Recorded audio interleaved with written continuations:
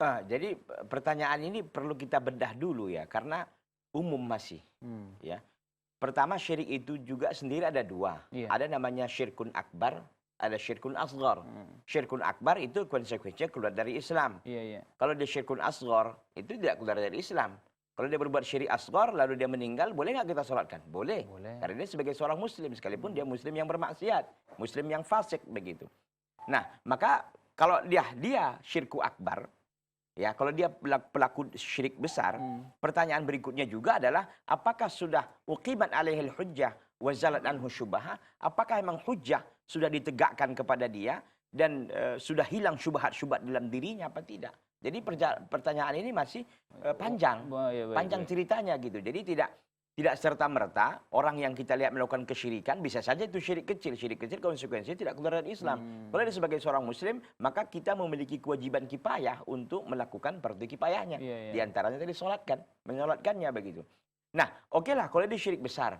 Syirik besar dilakukannya, apakah sudah ditegakkan hujjah apa tidak? Bisa saja dia melakukan syirik besar itu karena mungkin terpaksa.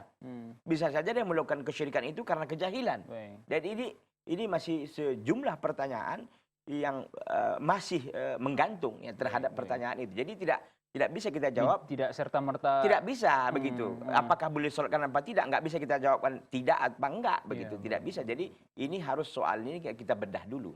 Kalau dia memang sudah ditegakkan hujjah, kemudian hilang syubhat-syubhat dalam dirinya bahwa ini kesyirikan, syirik besar nggak boleh dilakukan karena bisa keluar dari Islam, pelakunya bisa kekal dalam api neraka kalau tidak bertobat dia sebelum meninggal, dan amalnya semua terhapus, dihilangkan oleh Allah SWT. Sudah tegak hujah dan dia tahu dan segala macam, belum melakukannya dengan senang hati umpamanya. Dia tahu dan itu hujah sudah ditegakkan, syubhat sudah hilang, maka di situ dia pada waktu itu dia sudah dianggap keluar dari Islam, dan yang melakukan fatwa bahwa dia keluar Islam itu qadhi hakim.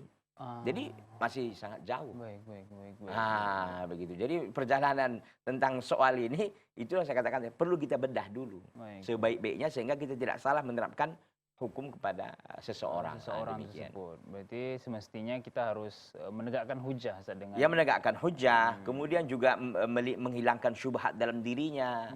Demikian.